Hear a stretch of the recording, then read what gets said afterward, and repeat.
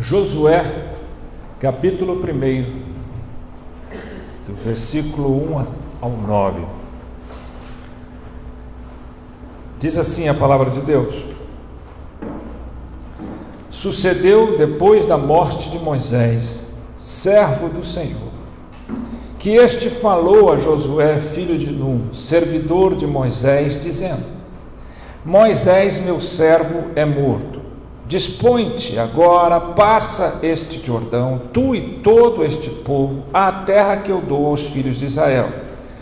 Todo lugar que pisar a planta do vosso pé, vô-lo tenho dado, como eu prometi a Moisés, desde o deserto e o Líbano até ao grande rio, o rio Eufrates, toda a terra dos heteus, e até o mar grande para o poente do sol será o vosso limite. Ninguém te poderá resistir todos os dias da tua vida. Como fui com Moisés, assim serei contigo. Não te deixarei, nem te desampararei. Sê forte e corajoso, porque tu farás este povo herdar a terra que sob juramento prometi dar a seus pais. Tão somente sê forte e muito corajoso, para teres o cuidado de fazer segundo toda a lei que meu servo Moisés te ordenou. Dela não te desvies nem para a direita, nem para a esquerda, para que sejas bem-sucedido por onde quer que andares. Não cesses de falar deste livro da lei, antes medita nele dia e noite, para que tenhas cuidado de fazer segundo tudo quanto nele está escrito. Então farás prosperar o teu caminho e serás bem-sucedido.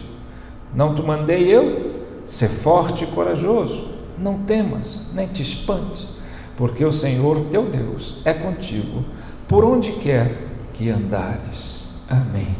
Vamos orar. Ó Deus, obrigado pela leitura da tua palavra, obrigado, Senhor, pelo livre acesso a ela, e que a mensagem do Senhor venha de encontro aos nossos corações, transformando as nossas vidas, fortalecendo a nossa fé, iluminando o nosso entendimento. De fato, Senhor, para que cada dia mais estejamos aptos, preparados, capacitados por Ti, para viver segundo o Teu propósito, segundo as Tuas promessas, Pai. Fala conosco, Senhor, precisamos Te ouvir.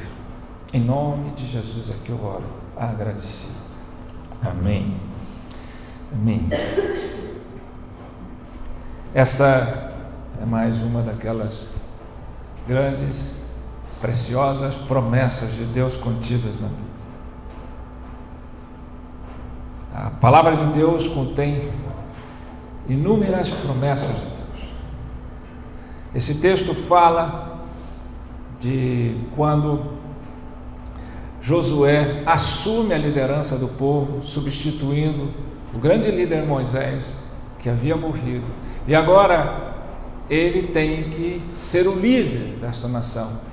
E o líder no ponto mais importante, a conquista da tão desejada, almejada, sonhada terra de Canaã, terra da promessa de Deus, que ainda não é exatamente apenas uma prévia da promessa maior de Deus, aonde é guardado para os seus eleitos, para aqueles que Ele escolheu, para a vida eterna. Essa é uma prévia, mas uma prévia de uma vida fundamentada, alicerçada nas tuas promessas, de uma vida verdadeiramente próspera, verdadeiramente rica, que o Senhor tem para todos aqueles que creem nele, para todos aqueles que confiam, que esperam nele. Então você veja bem que o Senhor está dando a Josué e dizendo a ele diretrizes importantes para que ele pudesse liderar o povo, a conquista, a posse dessas promessas. E todo líder, antes de ser líder dos outros, tem que aprender a ser líder de si mesmo, né? Ele não pode simplesmente querer liderar os outros se não consegue ser líder de si mesmo, né? Seria um fracasso total, né? E ele precisa entender que ser líder de si mesmo é poder olhar para dentro de si e fazer conforme o grande líder, o grande Senhor nos conduz, né? Diferentemente do que o mundo pensa, ser líder de si mesmo não é você ser o controlador da sua vida, não é o seu eu sendo destacado, mas é você se esforçar e seguir e obedecer as diretrizes de Deus, para que o Deus, que tudo pode, possa te conduzir às promessas que Ele mesmo dá e que Ele mesmo oferece aos seus filhos. A palavra de Deus consta o tempo todo, né? Que se nós confiarmos em Deus, se nós nos entregarmos a Ele, comeremos o melhor dessa terra. E o que é o melhor dessa terra? Será que essa terra, o melhor dessa terra é conquistar certas coisas, certos desejos, certos anseios, e outros serem miseravelmente aniquilados ou desprezados? Você não pode dizer que você come o melhor dessa terra se você não tem diante de ti as diretrizes de Deus e as promessas de Deus. Nós, na prática, temos vivido, a grande maioria de nós, muito aquém das promessas de Deus. Temos vivido muito aquém de uma vida rica em Cristo Jesus, né?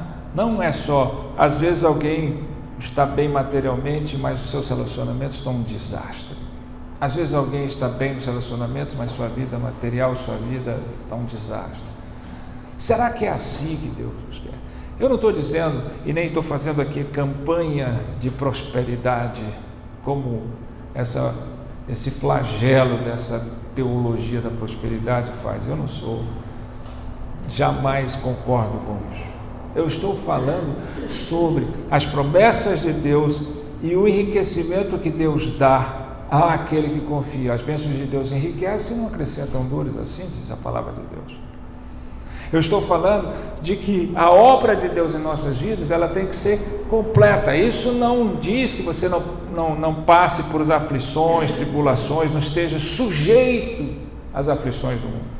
Mas diz que toda a área de nossas vidas tem que estar em harmonia. Todas as áreas de nossas vidas têm que progredir, prosseguir, né? Porque é como eu aprendi, você tem que ter sonhos, porque sem ele, né? Sem a motivação correta, você não vai ter sonhos. Sem os sonhos, você não vai alcançar vitórias, não vai ter lutas, não vai ter progresso, não vai ter realização e não vai ter admiração na vida. Então, uma sequência lógica, né? E eu quero tirar desse texto as diretrizes que foram dadas a Josué, que são diretrizes que podem ser dadas a qualquer um de nós, para que a gente possa obter as promessas de Deus, para que a gente possa pensar, sonhar mais alto. Não com a ganância que o mundo sonha, mas com a força, através da fé, que um homem de Deus, uma mulher de Deus pode sonhar. Sobre todos os aspectos da vida, não apenas restringido a uma área. Ninguém pode dizer que é próspero e bem-sucedido quando apenas sua vida financeira está bem. Ninguém pode dizer que é próspero se apenas sua vida relacional está bem. Todas as áreas de nossas vidas devem estar minimamente em harmonia. Em harmonia, né? E viver na promessa, saindo do domínio, da opressão, da escravidão do mundo, atravessando o deserto das tribulações, e agora eu estou de frente para a possibilidade de pisar e tomar posse daquilo que o Senhor me prometeu nessa vida, como uma prévia do melhor que há de vir, que é quando Jesus voltar, né? Então, às vezes a gente prega o Evangelho e, mesmo sendo contrário a essas teologias que são distorcidas, não quer dizer que nós não queiramos e não entendamos o que é viver a prosperidade bíblica.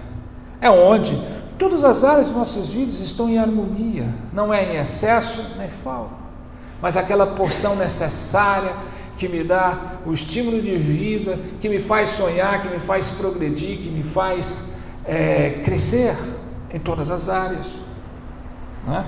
E aqui eu queria compartilhar com você. E é claro que se você entende que falta algo na minha vida, que tem algo que está escasso, né? Eu não posso entrar na terra da promessa por partes e deixar outras partes no deserto, né? Porque tem gente que está fazendo isso, né? Ele entra, uma parte da vida dele entra na terra da promessa de Deus, outra parte fica no deserto da incredulidade. Alguns ficaram só no deserto, outros estão vivendo meias promessas. A obra de Deus é completa, a obra de Deus é completa. Então, que a gente possa aprender um pouco com isso, né? A primeira coisa, a primeira diretriz que o Senhor dá a Josué, é engraçado, né? Diz assim: Josué, ser forte. Ser forte. Será que Deus está falando para ele, Josué, vai lá, vai para a academia, vai treinar a espada, vai fortalecer, vai comer bastante, porque você vai enfrentar uma guerra, uma luta, você tem que estar forte? Será que ele está falando de força física? Não, ele está falando de outra força. Ninguém consegue viver as promessas de Deus se não começar pela força que move o nosso ser, a fé. A força espiritual, a confiança nas promessas de Deus. Falamos, declamamos, reverberamos as promessas de Deus, mas confiamos pouco, não andamos por fé. Fé não é um recurso que você tem, fé é o estilo de vida que você é. É andar pela fé. Meu justo viverá pela fé. De fé em fé. Ser forte é isso. Confia. Uma fé robusta. Uma fé que não se detém. Uma fé que pode ver o invisível, crer no incrível e esperar o impossível. Porque não vem de nós, vem de Deus. E Ele é o Deus do impossível. Tudo na nossa vida provém dessa força da fé. Não só o de adquirir, conquistar coisas que muitas vezes estão além da nossa realidade, mas os nossos relacionamentos, os nossos casamentos também carecem de fé, de força da fé, de crer que é possível viver algo bom. Os nossos relacionamentos familiares, o nosso crescimento espiritual, tudo em nossa vida é movido por fé. Tem tanta gente fraquinha na fé, tem tanta gente que não tem essa força. Então, ser forte. Ou seja, Josué precisava crer, confiar na promessa. Se Deus falou que ia fazer, que ia vencer, que ia dar a terra, ele cumpriria. Basta a Josué passar ao seu povo, a ele e ao seu povo, confia nas promessas de Deus. E as promessas de Deus, elas se cumprem, porque Deus não é um homem para mentir, e jamais Deus será frustrado. Os planos de Deus jamais se frustram. Até que ponto eu tenho andado por fé? Até que ponto eu tenho determinado a minha vida na fé? Até que ponto a minha fé tem sido robusta, não uma fezinha do se, mais do ainda que. Ou seja, o cara que anda pela fé, ele não se detém diante da sua realidade, mas ele caminha sobre sua verdade, e a verdade é a palavra de Deus, a verdade é Cristo. Outro, ele diz também, e ser corajoso. Começa pela fé, por confiar nas promessas de Deus, por se alicerçar nas promessas de Deus, por entender que nós vivemos debaixo das promessas de Deus. E não existe gratidão maior do que confiar nas promessas de Deus. Deus não espera o agradecimento verbalizado, emocionado em nossas vidas. Deus espera o agradecimento em forma de confiança nas suas promessas. Agora você tem que ser corajoso. Muitos dizem ter fé, mas são covardes no enfrentamento das dificuldades, na conquista das promessas de Deus. Para que você precisa coragem? Porque o seu maior inimigo, meu maior inimigo, nosso maior inimigo é a incredulidade. A incredulidade é o cárcere das nossas almas, pois ela é que nos encolhe, ela é que nos prende. A incredulidade é que fecha o nosso coração para crer que eu posso viver uma vida de acordo com as promessas de Deus. Em todas as áreas da vida. Em todas as áreas da vida. Desde da minha vida espiritual, minha vida relacional, minha vida material, em todas as áreas da minha vida. Eu posso viver com uma intensidade e uma condição de progresso, de crescimento muito maior do que eu vivo.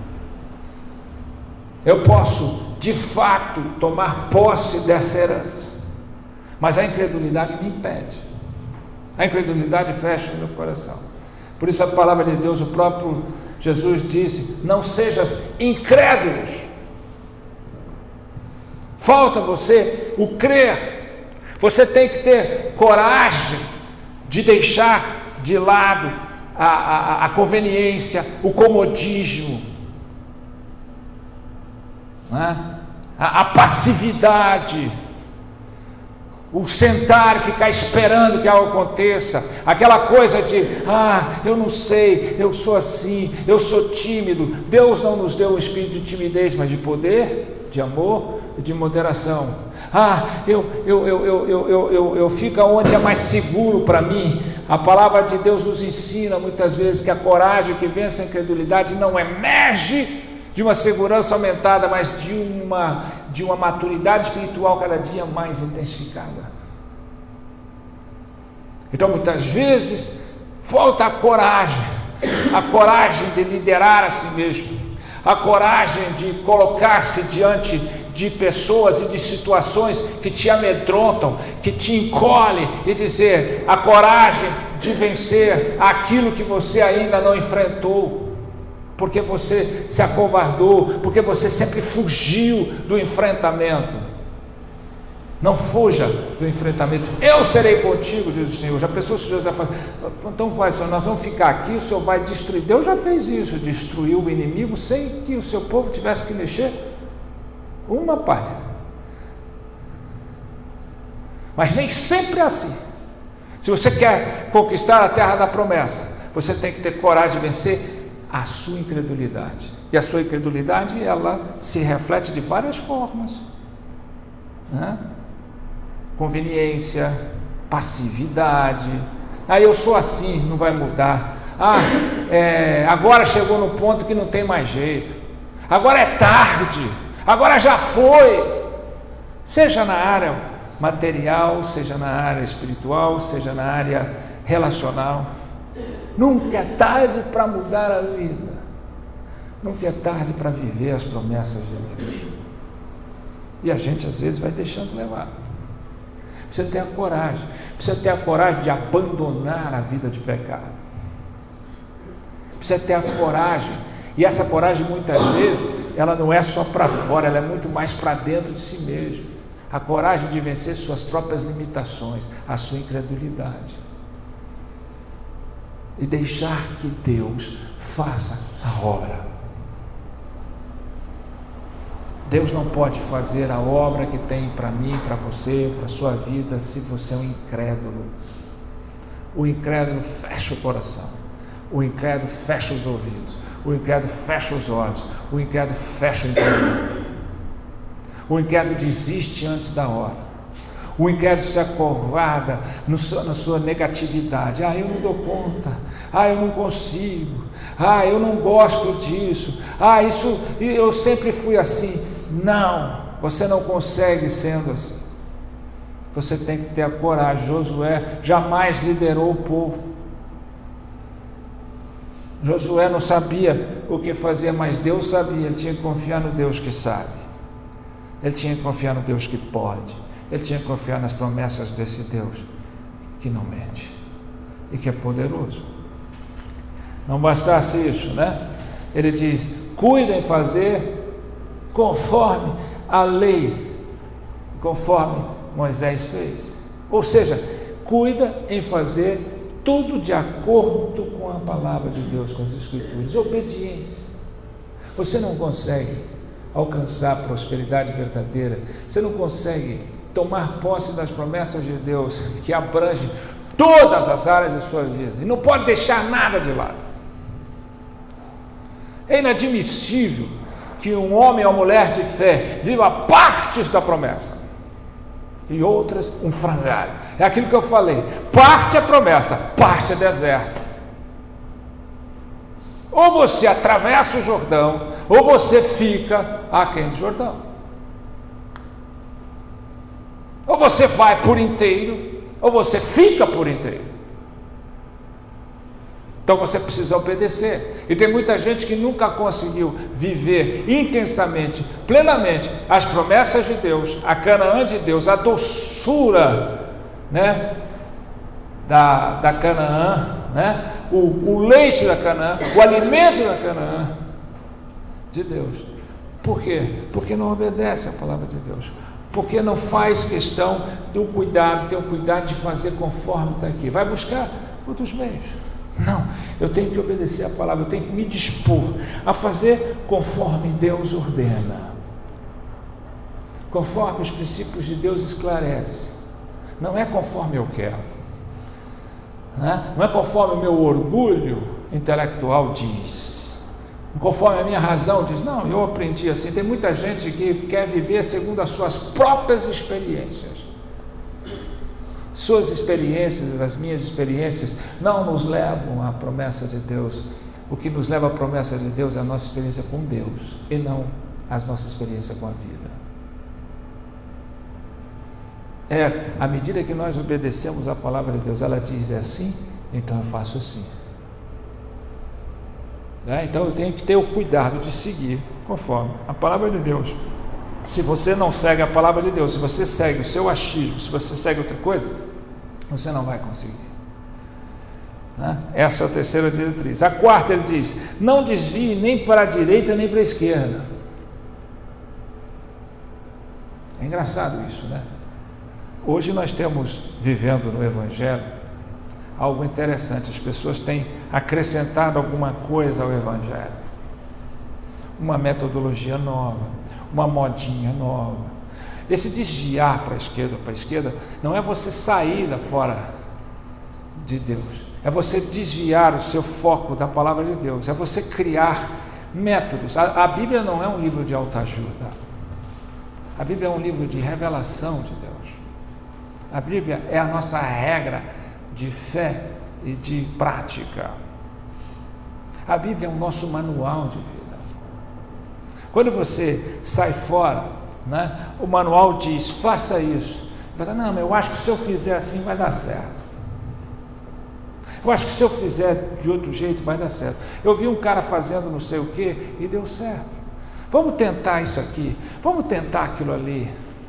Quando você deveria estar voltado para a palavra de Deus, não desviar dela, do ensino, da diretriz que vem da boca de Deus. E as pessoas estão desviando. Por isso não estão vivendo promessas, estão vivendo ilusões, estão vivendo pseudos promessas, estão vivendo partes e estão cantando, exacerbando, porque parte de sua vida está boa. Não, o Deus é Deus de tudo, ou Ele é Deus de nada.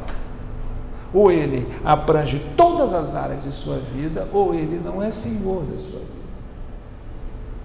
Então, se tem alguma coisa que está faltando, é porque você ainda tem partes no deserto da sua história e não apossou da promessa de Deus por falta de seguir as diretrizes de Deus.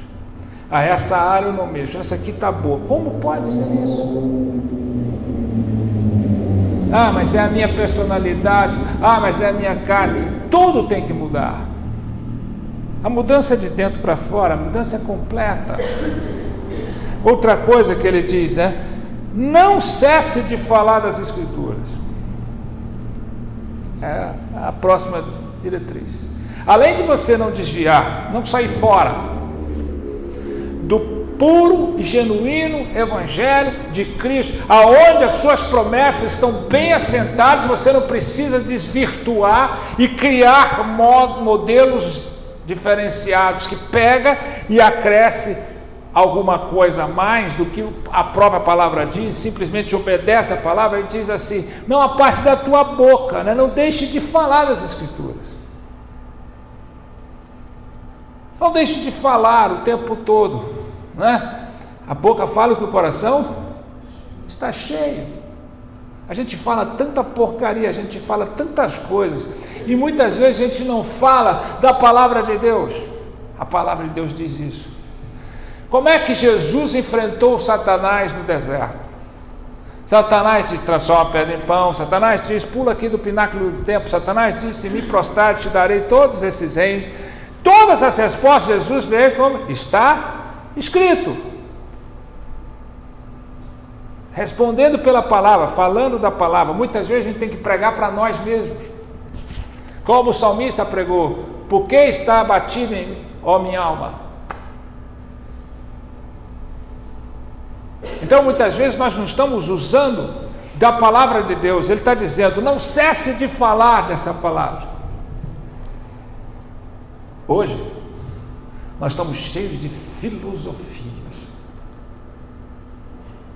palavras de efeito, e queremos dizer essas filosofias para tudo. Achamos lindos, românticos os outros falar, muito erudito, muito intelectual, muito profundo.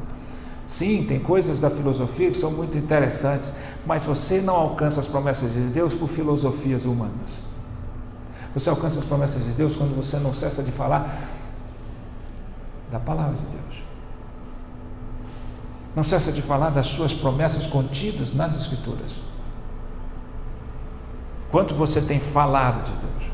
Quanto você tem falado da promessa? Tem gente que não se atreve a buscar, em vez de você buscar uma frase de efeito, busca um versículo de efeito.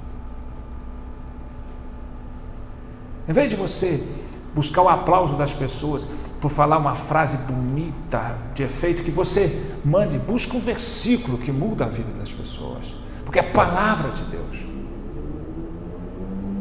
né? Não queira falar para as pessoas frases de efeitos filosóficas. Quando você pode, não estou dizendo que não pode, mas o que está dizendo aqui, se você quer a promessa de Deus, fale da palavra de Deus. Não seja só filosófico, não seja só romanticista, fale versículos de Deus. Ah, mas eu não tenho por quê? Porque não lê. E aqui está a outra diretriz. Medita na palavra dia e noite. Você não pode falar, né? Você não pode cessar de falar da palavra de Deus se você não medita nela, se você não tem ela como seu alimento, se você passa horas vendo porcarias, conversando porcarias e não consegue passar minutos meditando na Bíblia. Se ela é teologicamente a revelação especial, porque nós temos a revelação geral, que é toda a criação do Senhor proclama a glória de Deus e todos veem Deus através da sua criação. Essa é a revelação geral. Revela a natureza, revela Deus. Agora, nós temos a posse da revelação espiritual, que é a palavra de Deus, a revelação especial, da qual Deus ensina, revela na suficiência que nós podemos alcançar. Ele, quem é Deus, seu propósito nas nossas vidas.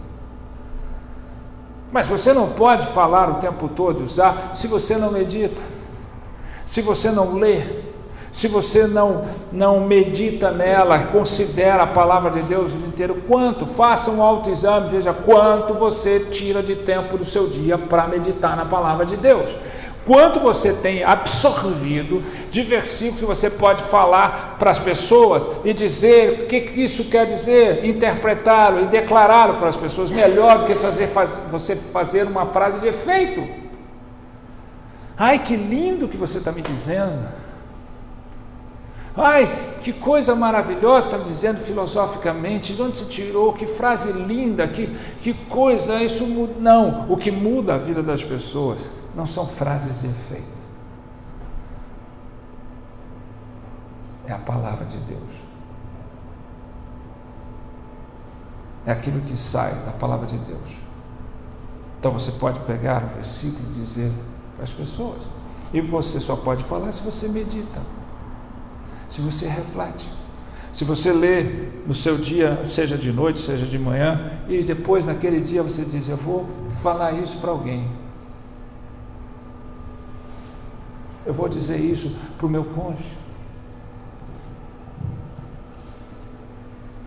né? Eu vou falar sobre perseverança, eu vou falar sobre fé, eu vou falar sobre amor, eu vou falar sobre humildade, eu vou falar sobre progresso, eu vou falar sobre família, pela palavra de Deus.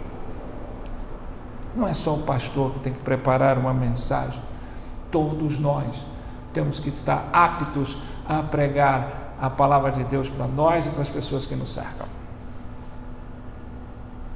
Está aí outra diretriz. E ele faz ainda, né? Ele diz, mais uma diretriz: não temas. O medo é a paralisia do ser humano. O medo te paralisa, o medo te encolhe. Quantas pessoas têm medo de tudo? Não cresce, não progride, não realiza. E você vai ver que no fim essas pessoas não têm admiração por si mesmas, que é a admiração dos outros. Elas vivem com baixa estima, porque precisam ser sustentados pela admiração dos outros, porque não tem admiração em si mesmo. Por quê? Porque não tem progresso, porque não tem realização, por causa do medo. O medo é o adversário do amor. Aquele que teme não é aperfeiçoado em amor, tem medo de enfrentar, tem medo de se posicionar, tem medo de largar, tem medo de partir, tem medo de abandonar os vícios condicionantes, os seios infantilizantes. Por quê? Porque eu vou deixar esses hábitos tortuosos, eu vou perder a oportunidade, como se o mundo pudesse te dar minimamente algo que Deus não te dá. Então a gente precisa vencer esse medo, vencer essa covardia, né? Esse medo de amar. O pior medo que tem é o medo de amar, porque amor corre risco, e as pessoas têm medo do risco, do desafio, mas o homem e a mulher de fé, eles vivem dos desafios. Não é salto de fé, não é desafio bobo, mas é o desafio de ir e andar e prosseguir na vida a mais, em terrenos muitas vezes que ele não conhece, enfrentando lutas que ele não conhece, na força do nosso Deus, na força do nosso Senhor.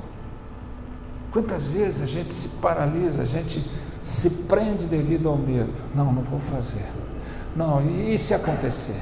Não, e se a resposta for negativa? Não, e se eu não conseguir? Não, e não sei o que, o negativismo vem, a paralisia vem e você se encolhe. Não, e se não der certo? Você não consegue alcançar a promessa de Deus se o medo te invade. Se o medo te invade. O que tem que mover a sua vida é o amor que procede de Deus. Estou falando desse amor humano, romantizado, sentimentalizado, emocionalizado. Mesmo porque A emoção é burra. Se você estudar mais um pouquinho e ver pessoas capacitadas nessa coisa, vai perceber que não existe inteligência emocional, porque a emoção é burra. Aquele que é conduzido por a emoção, ele vai ser conduzido ao fracasso. Se você não consegue ter domínio próprio, controle sobre as suas emoções, você está fadado ao fracasso. Sentir emoções é uma coisa, ser controlado por elas é outra coisa. As emoções não podem dirigir sua vida. A emoção é burra. Ela é burra. O líder, aquele que consegue liderar a sua vida e os outros, ele tem que liderar as suas emoções e não ser liderado por elas. O medo é uma emoção destruidora, burra. E a gente tem que vencer isso e não admitir e reconhecer isso passivamente. Eu tenho medo. Eu tenho medo. Eu tenho medo. Não, peraí. A palavra de Deus diz que quem teme não é aperfeiçoado em amor. Essa é uma emoção burra. Porque na maioria das vezes esse medo me trava, me encolhe, me paralisa e ele me faz imaginar coisas que não vão acontecer, ao invés de ter uma mente mais forte, capaz de ver aquilo que Deus me prometeu. Eu não posso alcançar as promessas de Deus guiado por emoções destruidoras. Então, essa coisa de dizer que a pessoa falta ali inteligência emocional, a emoção não tem inteligência alguma, a emoção é burra. É burra. Ela estreita a sua vida, ela encolhe a sua vida, ela paralisa a sua vida. Se você é ditado, guiado, dirigido pela emoção, você está roubado. Eu estou esperando sentir. Enganoso o coração do homem. São as suas convicções que te levam à frente. E se elas estão atreladas corretamente à palavra de Deus e às promessas de Deus, aí tudo bem. Porque tem gente que tem convicção desvirtuada. Nem toda convicção é sadia. Só aquela que é voltada para Deus. Então, não temas. Ou seja, não seja guiado pelas suas emoções, pelos seus achismos. Né? Você não pode temer as coisas. Você tem que ser guiado pela certeza, pela convicção, pelo amor que você tem a Deus. E ele ainda completa dizendo: não te espantes. Como a gente cria gigantes, né? Os inimigos da nossa vida nem sempre são do tamanho que a gente imagina, são do tamanho que a gente cria. A gente cria os gigantes. A palavra de Deus diz que quando o povo de Deus estava enfrentando os filisteus, e Davi foi lá, ainda levando mantimentos para os seus irmãos na frente de batalha, havia um espanto, um desespero, um tormento naquele... Por quê? Porque havia um certo Golias de Gate, dos filisteus, gigante, um homem grande, que a estatura era muito superior à normalidade. De fato, ele era enorme, grande, gigantesco. Mas o problema é que cada dia que ele vinha, cada dia que ele pisava e desafiava a algum dos guerreiros de Israel para enfrentá-lo, e assim a guerra não terminaria ali. Cada dia parece que o medo fazia, o espanto, que ele se tornasse grande. Eu tenho a impressão que o murmurinho era assim, né? Ele tinha 2,30 metros, 2,50 metros de altura. No 10º dia ele deveria ter 10 metros de altura, 50 de largura. Ele devia ser um gigante que os olhos não alcançavam, um prédio de 30 andares. Por quê? Porque eu começo a me espantar, a ver de forma negativa, a ficar tão retraído que eu começo a ver as dificuldades e eu começo a criar os meus gigantes, antes mesmo de alcançar a promessa de Deus. Se você vai para uma luta, para um desafio, e sem luta, sem desafio numa luta, sem luta numa vitória, sem vitória numa conquista, sem conquista numa progresso, sem progresso numa realização, sem realização numa admiração, se você vai, você não pode se espantar com as dificuldades, você não pode se espantar com as suas limitações, você não pode se espantar com as pequenas derrotas, você não pode se deter nisso. Mas tem gente que se espanta, não, peraí, está longe de mim, não vai dar certo, olha o tamanho da dificuldade, olha, isso não vai dar certo, aí eu vou tremendo, eu vou encolhido, eu não consigo agir como guerreiro, né? Se você vai diante de um animal e ele vê o seu medo, o seu espanto, ele sente o cheiro disso, ele vai te atacar. Se você não demonstrar o seu espanto, o seu medo, esse animal vai refugar. Isso é uma lei da natureza. Nem sempre é assim, mas geralmente é assim. É muito mais provável que você seja atacado por um cachorro, por um animal, pelo seu medo, seu espanto, do que se você tiver firmeza. Porque quando você tem firmeza, você responde ao ataque, você pega um pau. Quando você tem medo, você se encolhe. Não te espantes. Então veja que são diretrizes corretas, passíveis de cada um de nós viver, para que possamos alcançar as promessas de Deus. Se não estamos vivendo a promessa de Deus, em todas as áreas e aspectos da nossa vida, está faltando alguma coisa. Você vai continuar querendo ter parte do seu ser na promessa, na Canaã, e outra parte no deserto? Pode você se dividir? Ou você tem tudo ou você não tem nada. Pastor, Deus me abençoou, minha área material está ótima, trabalho mudou minha vida, hoje eu estou ganhando, estou trabalhando, legal. Como é que está o seu casamento? Uma lástima. Como é que está a sua relação com a sua família? Uma lástima. Como é que está a sua saúde de ser, não só físico, mas não é que você não pode ficar doente, mas existe uma doença muito pior, que é a doença interior. Como é que está a sua mudança de vida? Como é que está a sua perspectiva de vida? Não está assim. Como é que está os seus... peraí. Então uma parte é promessa, outra parte é deserto. Deserto é um terreno em que nós temos que passar por ele, transitar e não viver nele. Quem morreu no deserto foram os incrédulos. Quando o próprio Josué e Caleb, juntamente com mais 10 espias, foram por 40 dias espiar a terra das promessas e viram tudo aquilo que Deus prometera, e viram que aquilo, e além da imaginação deles, e voltaram para trazer um relatório, sempre teve um mais. Esse mais, esse porém, esse entretanto, é justamente a evidência da incredulidade.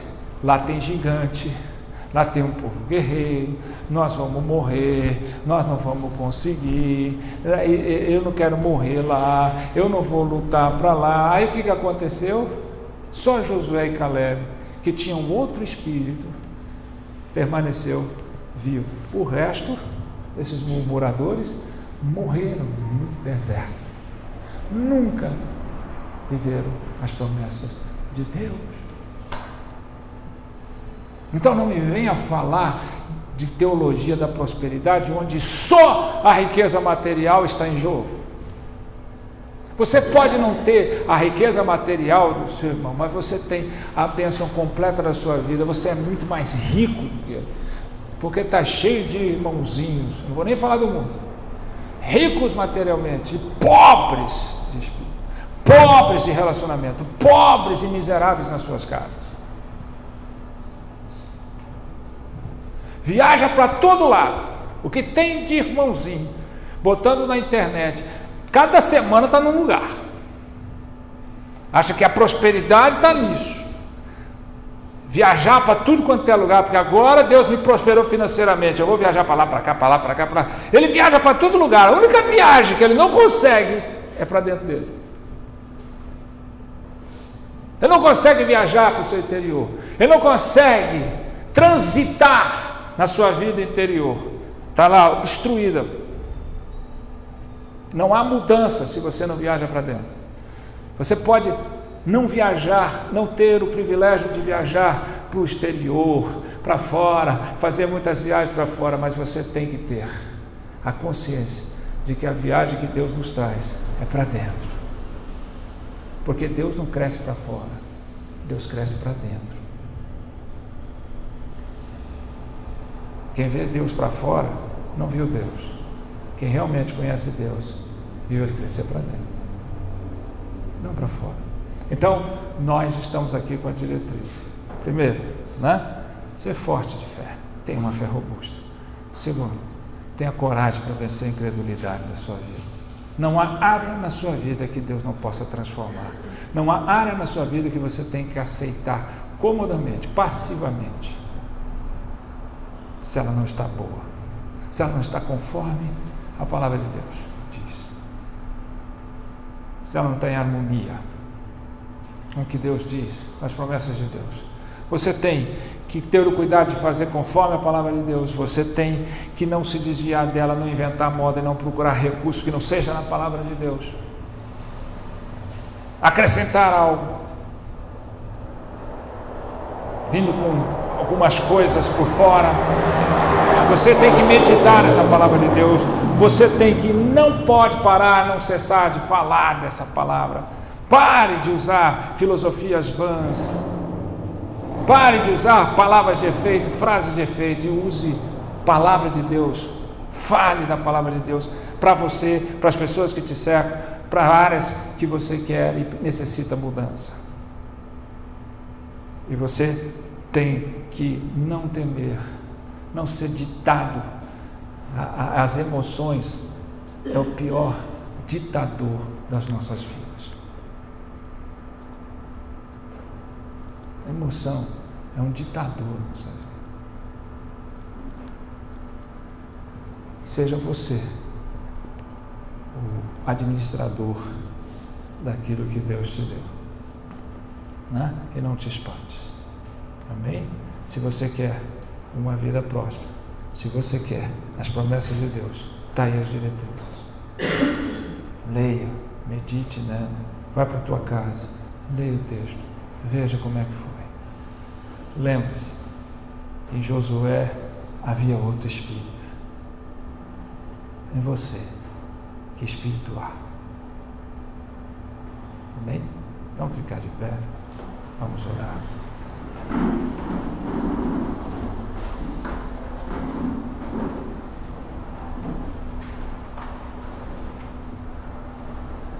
Fecha os teus